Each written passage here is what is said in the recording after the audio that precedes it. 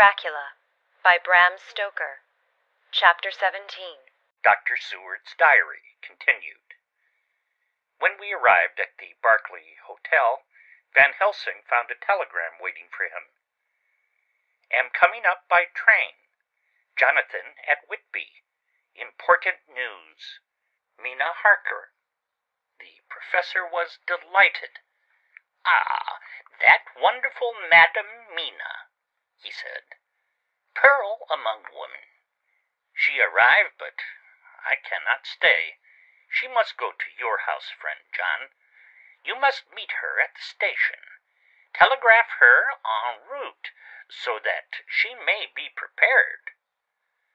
When the wire was dispatched, he had a cup of tea. Over it he told me of a diary kept by Jonathan Harker when abroad, and gave me a typewritten copy of it, as also of Mrs. Harker's diary at Whitby. Take these, he said, and study them well. When I have returned, you will be master of all the facts, and we can then better enter on our inquisition. Keep them safe, for there is in them much of treasure. You will need all your faith, even you who have had such an experience as that of today. What is here told? He laid his hand heavily and gravely on the packet of papers as he spoke. May be the beginning of the end to you and me and many another, or it may sound the knell of the undead who walk the earth. Read all, I pray you, with the open mind, and if you can add in any way to the story here told, do so, for it is all important. You have kept a diary of all these so strange things, is it not so? Yes, then we shall go through all these together when we meet. He then made ready for his departure, and shortly drove off to Liverpool Street. I took my way to Paddington, where I arrived about 15 minutes before the train came in. The crowd melted away, after the bustling fashion common to arrival platforms, and I was beginning to feel uneasy, lest I might miss my guest, when a sweet-faced, dainty-looking girl stepped up to me, and after a quick glance said, Dr. Seward, is it not? Ah, and you are Mrs. Harker, I answered at once, whereupon she held out her hand. I knew you from the description of poor dear Lucy, but she stopped suddenly, and a quick blush overspread her face. The blush that rose to my own cheeks somehow set us both at ease, for it was a tacit answer to her own.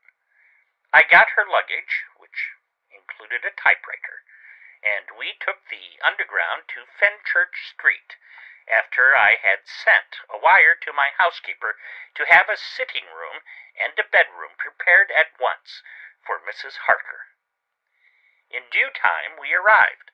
She knew, of course, that the place was a lunatic asylum, but I could see that she was unable to repress a shudder when we entered. She told me that, if she might, she would come presently to my study, as she had much to say. So here I am finishing my entry in my phonograph diary, whilst I await her. As yet I have not had the chance of looking at the papers which Van Helsing left with me, though they lie open before me. I must get her interested in something, so that I may have an opportunity of reading them. She does not know how precious time is, or what a task we have in hand. I must be careful not to frighten her. Here she is. Mina Harker's journal. 29th September. After I had tidied myself, I went down to Dr. Seward's study. At the door I paused a moment, for I thought I heard him talking with someone. As, however, he had pressed me to be quick, I knocked at the door, and on his calling out, "Come in," I entered. To my intense surprise, there was no one with him. He was quite alone, and on the table opposite him was what I knew at once from the description to be a phonograph. I had never seen one, and was much interested.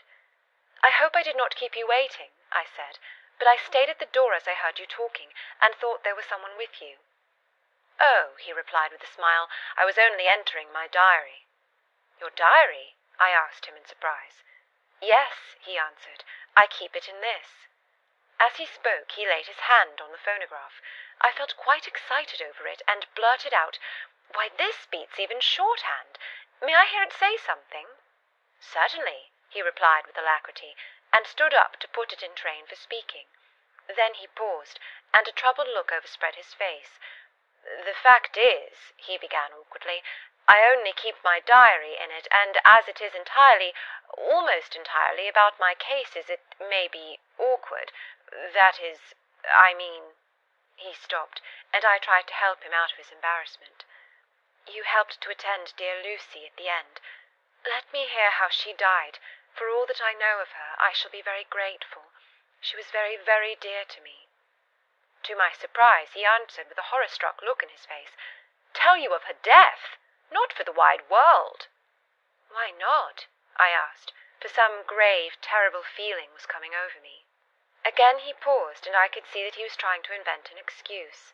At length he stammered out, "You see, I do not know how to pick out any particular part of the diary." Even while he was speaking, an idea dawned upon him, and he said with unconscious simplicity, in a different voice, and with the naivete of a child, "That's quite true, upon my honor. Honest Indian." I could not but smile, at which he grimaced. "I gave myself away that time," he said. "But do you know that, although I have kept the diary for months past, it never once struck me how I was going to find any particular part of it in case I wanted to look it up?" By this time my mind was made up that the diary of a doctor who attended Lucy might have something to add to the sum of our knowledge of that terrible being, and I said boldly, "Then, Dr. Seward, you had better let me copy it out for you on my typewriter." He grew to a positively deathly pallor as he said, "No, no, no, for all the world. I wouldn't let you know that terrible story." Then it was terrible. My intuition was right. For a moment I thought, and as my eyes ranged the room, unconsciously looking for something or some opportunity to aid me, they lit on a great batch of typewriting on the table. His eyes caught the look in mine, and without his thinking, followed their direction. As they saw the parcel, he realized my meaning. "You do not know me," I said. "When you have read those papers, my own diary, and my husband's also, which I have typed, you will know me better. I have not faltered in giving every thought of my own heart in this cause. But of course you do not know me yet, and I must not expect you to trust me so far." He is certainly a man of noble nature. Poor dear Lucy was right about him. He stood up and opened a large drawer, in which were ranged in order a number of hollow cylinders of metal covered with dark wax, and said, "You are quite right. I did not trust you because I did not know you. But I know you now, and let me say that I should have known you long ago. I know that Lucy told you of me. She told me of you too. May I make the only atonement in my power? Take the cylinders and hear them. The first half-dozen of them are personal to me, and they will not horrify you. Then you will know me better. Dinner will by then be ready. In the meantime, I shall read over some of these documents, and shall be better able to understand certain things." He carried the phonograph himself up to my sitting-room and adjusted it for me. Now I shall learn something pleasant, I am sure, for it will tell me the other side of a true love episode of which I know one side already. Dr. Seward's Diary, 29 September. I was so absorbed in that wonderful diary of Jonathan Harker and that other of his wife that I let the time run on without thinking. Mrs. Harker was not down when the maid came to announce dinner, so I said, "She is possibly tired. Let dinner wait an hour," and I went on with my work. I had just finished Mrs. Harker's diary when she came in. She looked sweetly pretty, but very sad, and her eyes were flushed with crying. This somehow moved me much, Of late I have had cause for tears, God knows. But the relief of them was denied me, and now the sight of those sweet eyes, brightened by recent tears, went straight to my heart. So I said as gently as I could, I greatly fear I have distressed you. Oh no, not distressed me, she replied, but I have been more touched than I can say by your grief. This is a wonderful machine, but it is cruelly true. It told me, in its very tones, the anguish of your heart. It was like a soul crying out to Almighty God. No one must hear them spoken ever again. See, I have tried to be useful. I have copied out the words on my typewriter, and none other need now hear your heart beat as I did. No one need ever know, shall ever know, I said in a low voice. She laid her hand on mine and said very gravely, but they must. Must? But why? I asked. Because it is a part of the terrible story, a part of poor Lucy's death and all that led to it. Because in the struggle which we have before us to rid the earth of this terrible monster, we must have all the knowledge and all the help which we can get. I think that the cylinders which you gave me contained more than you intended me to know. But I can see that there are in your record many lights to this dark mystery. You will let me help, will you not? I know all up to a certain point, and I see already, though your diary only took me to 7 September, how poor Lucy was beset, and how her terrible doom was being wrought out. Jonathan and I have been working day and night since Professor Van Helsing saw us. He has gone to Whitby to get more information, and he will be here tomorrow to help us. We need have no secrets amongst us. Working together and with absolute trust, we can surely be stronger than if some of us were in the dark. She looked at me so appealingly, and at the same time manifested such courage and resolution in her bearing, that I gave in at once to her wishes. You shall, I said, do as you like in the matter. God forgive me if I do wrong. There are terrible things yet to learn of, but if you have so far traveled on the road to poor Lucy's death, you will not be content, I know, to remain in the dark. Nay, the very end, may give you a gleam of peace. Come, there is dinner. We must keep one another strong for what is before us.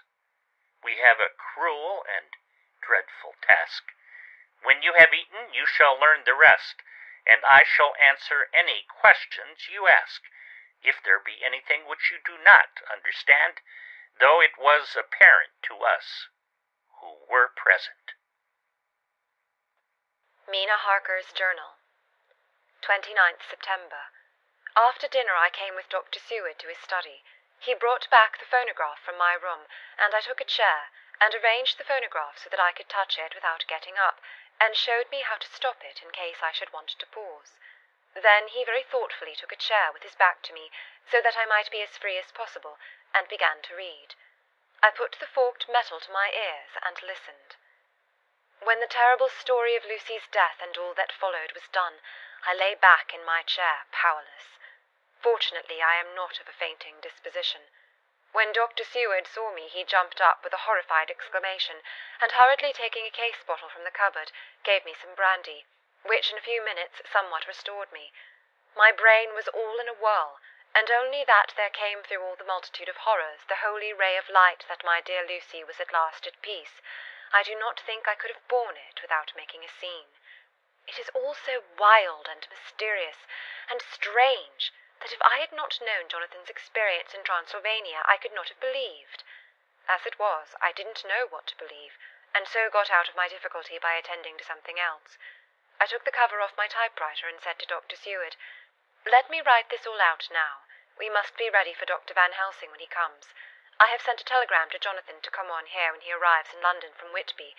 In this matter, dates are everything, and I think that if we get all of our material ready, and have every item put in chronological order, we shall have done much. You tell me that Lord Godalming and Mr. Morris are coming too. Let us be able to tell them when they come." He accordingly set the phonograph at a slow pace, and I began to typewrite from the beginning of the 17th cylinder. I used manifold, and so took 3 copies of the diary, just as I had done with the rest. It was late when I got through, but Dr. Seward went about his work of going his round of the patients. When he had finished, he came back and sat near me, reading, so that I did not feel too lonely whilst I worked. How good and thoughtful he is. The world seems full of good men, even if there are monsters in it.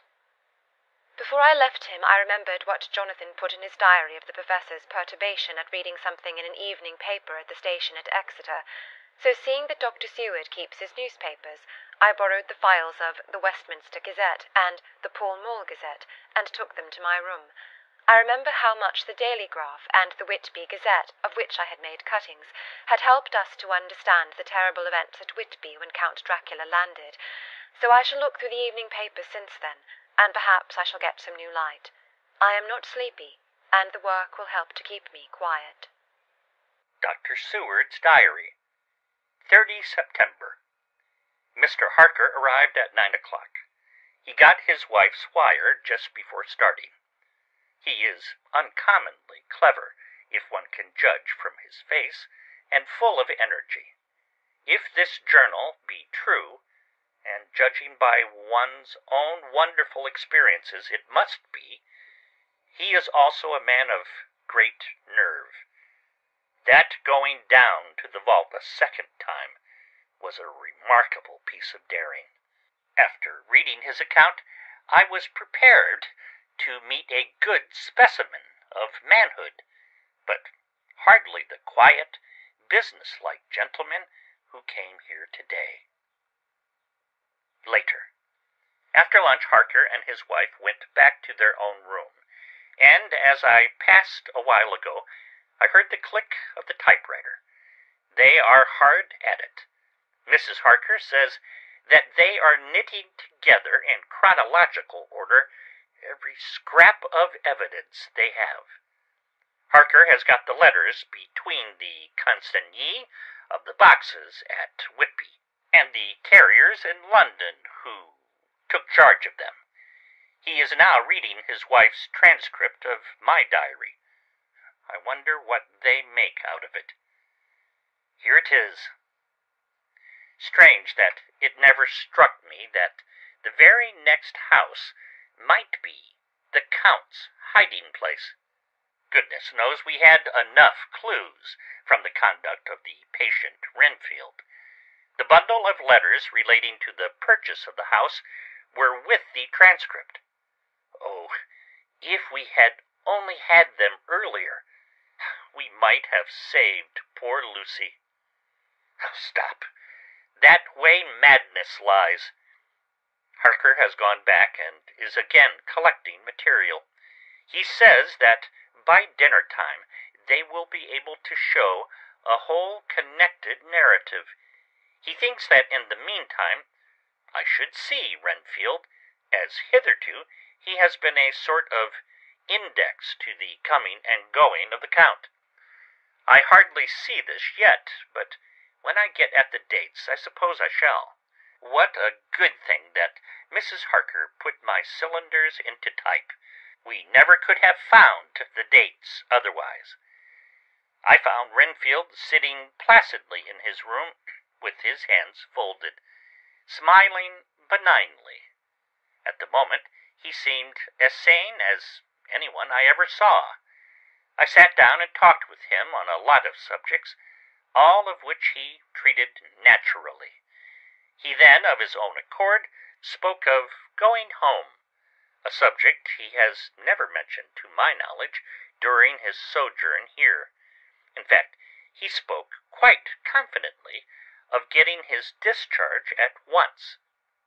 I believe that, had I not had the chat with Harker and read the letters and the dates of his outbursts, I should have been prepared to sign for him after a brief time of observation.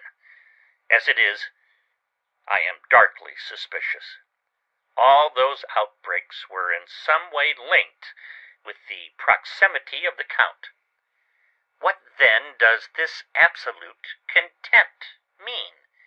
Can it be that his instinct is satisfied as to the vampire's ultimate triumph? Stay, he is himself Zoophagus, and in his wild ravings outside the chapel door of the deserted house, he always spoke of Master. This all seems confirmation of our idea. However, after a while I came away. My friend is just a little too sane at present to make it safe to probe him too deep with questions. He might begin to think, and then... So I came away.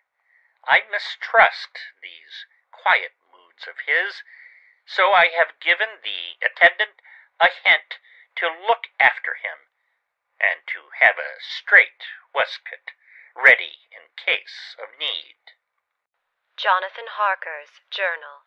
29 September. In train to London. When I received Mr. Billington's courteous message that he would give me any information in his power, I thought it best to go down to Whitby and make, on the spot, such inquiries as I wanted. It was now my object to trace that horrid cargo of the Count's to its place in London. Later we may be able to deal with it. Billington Jr., a nice lad, met me at the station and brought me to his father's house, where they had decided that I must spend the night. They are hospitable, with true Yorkshire hospitality. Give a guest everything and leave him to do as he likes. They all knew that I was busy and that my stay was short, and Mr. Billington had ready in his office all the papers concerning the consignment of boxes. It gave me almost a turn to see again one of the letters which I had seen on the Count's table before I knew of his diabolical plans.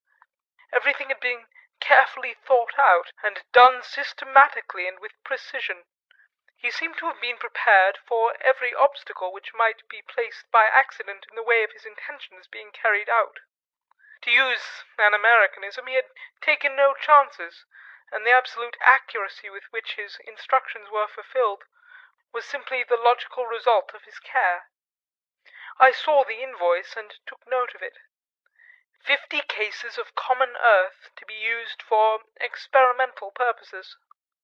Also the copy of the letter to Carter Patterson and their reply. Of both these I got copies. This was all the information Mr. Billington could give me, so I went down to the port and saw the coast guards, the customs officers, and the harbour master, who kindly put me in communication with the men who had actually received the boxes. Their tally was exact with the list, and they had nothing to add to the simple description, 50 cases of common earth, except that the boxes were main and mortal heavy, and that shifting them was dry work. One of them added that it was hard lines, that there wasn't any gentleman, such as like yourself, squire, to show some sort of appreciation of their efforts in a liquid form. Another put me in a rider that the thirst then generated was such that even the time which had elapsed had not completely allayed it. Needless to add, I took care before leaving to lift, forever and adequately, this source of reproach. 30 September. The station-master was good enough to give me a line to his old companion, the station-master at King's Cross, so that, when I arrived there in the morning, I was able to ask him about the arrival of the boxes. He, too, put me at once in communication with the proper officials, and I saw that their tally was correct with the original invoice. The opportunities of acquiring an abnormal thirst had been here limited. A noble use of them, however, had been made, and again I was compelled to deal with the result in ex post facto manner. From thence I went to Carter Patterson's central office, where I met with the utmost courtesy. They looked up the transaction in their day-book and letter-book, and at once telephoned to their King's Cross office for more details. By good fortune, the men who did the teaming were waiting for work, and the official at once sent them over, sending also by one of them the way-bill and all the papers connected with the delivery of the boxes at Carfax. Here again I found the tally agreeing exactly. The carrier's men were able to supplement the paucity of the written word with a few more details. These were, I shortly found, connected almost solely with the dusty nature of the job, and the consequent thirst engendered in the operators. On my affording an opportunity, through the medium of the currency of the realm, of the allaying at a later period this beneficial evil, one of the men remarked, "That 'ere house, governor, is the rummiest I ever was in. Blimey! But it ain't been touched this 100 years. There was dust that thick in the place you might have slept on it without hurting of your bones. And the place was that neglected that you might have smelled old Jerusalem in it. But the old chapel, that took the cake, that did. Me and my mate, we thought we'd never get out quick enough. Lord, I wouldn't take less nor a quid a moment to stay there arter dark." Having been in the house, I could well believe him, but if he knew what I know, he would, I think, have raised his terms. Of one thing I am now satisfied, that all those boxes which arrived at Whitby from Varna in the Demeter were safely deposited in the old chapel at Carfax. There should be 50 of them there, unless any have since been removed, as from Dr. Seward's diary I fear. Later. Mina and I have worked all day, and we have put all the papers into order. Mina Harker's Journal. 30th September. I am so glad that I hardly know how to contain myself. It is, I suppose, the reaction from the haunting fear which I have had, that this terrible affair and the reopening of his old wound might act detrimentally on Jonathan. I saw him leave for Whitby with as brave a face as could, but I was sick with apprehension. The effort has, however, done him good. He was never so resolute, never so strong, never so full of volcanic energy as at present. It is just as that dear, good Professor Van Helsing said, he is true grit, and he improves under strain that would kill a weaker nature. He came back full of life and hope and determination. We have got everything in order for tonight. I feel myself quite wild with excitement. I suppose one ought to pity anything so hunted as the Count. That is just it. The thing is not human, not even a beast. To read Dr. Seward's account of poor Lucy's death and what followed is enough to dry up the springs of pity in one's heart. Later. Lord Godalming and Mr. Morris arrived earlier than we expected. Dr. Seward was out on business and had taken Jonathan with him, so I had to see them. It was to me a painful meeting, for it brought back all poor dear Lucy's hopes of only a few months ago. Of course they had heard Lucy speak of me, and it seemed that Dr. Van Helsing, too, had been quite blowing my trumpet, as Mr. Morris expressed it. Poor fellows, neither of them is aware that I know all about the proposals they made to Lucy. They did not quite know what to say or do, as they were ignorant of the amount of my knowledge, so they had to keep on neutral subjects. However, I thought the matter over, and came to the conclusion that the best thing I could do would be to post them on affairs right up to date. I knew from Dr. Seward's diary that they had been at Lucy's death, her real death, and that I need not fear to betray any secret before the time. So I told them as well as I could that I had read all the papers and diaries, and that my husband and I, having typewritten them, had just finished putting them in order. I gave them each a copy to read in the library. When Lord Godalming got his and turned it over, it does make a pretty good pile. He said, "Did you write all this, Mrs. Harker?" I nodded, and he went on. "I don't quite see the drift of it, but you people are all so good and kind, and have been working so earnestly and so energetically, that all I can do is to accept your ideas blindfold and try to help you.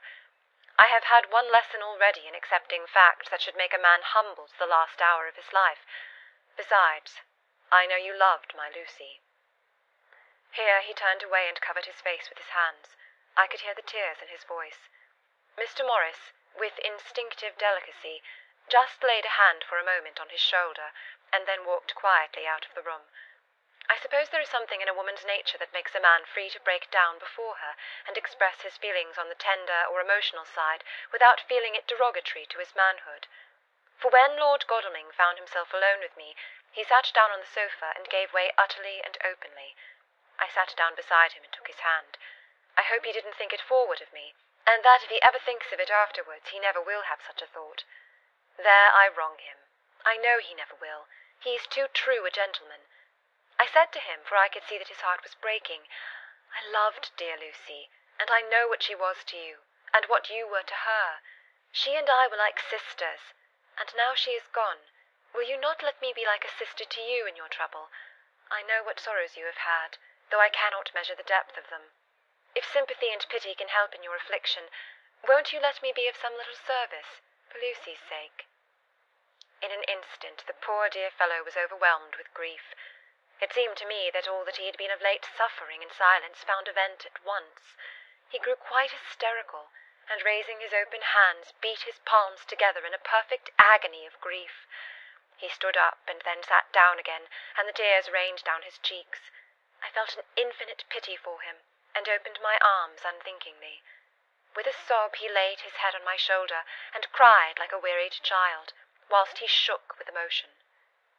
We women have something of the mother in us that makes us rise above smaller matters, when the mother spirit is invoked. I felt this big, sorrowing man's head resting on me, as though it were that of a baby that some day may lie on my bosom, and I stroked his hair as though he were my own child. I never thought at the time how strange it all was. After a little bit his sobs ceased, and he raised himself with an apology, though he made no disguise of his emotion.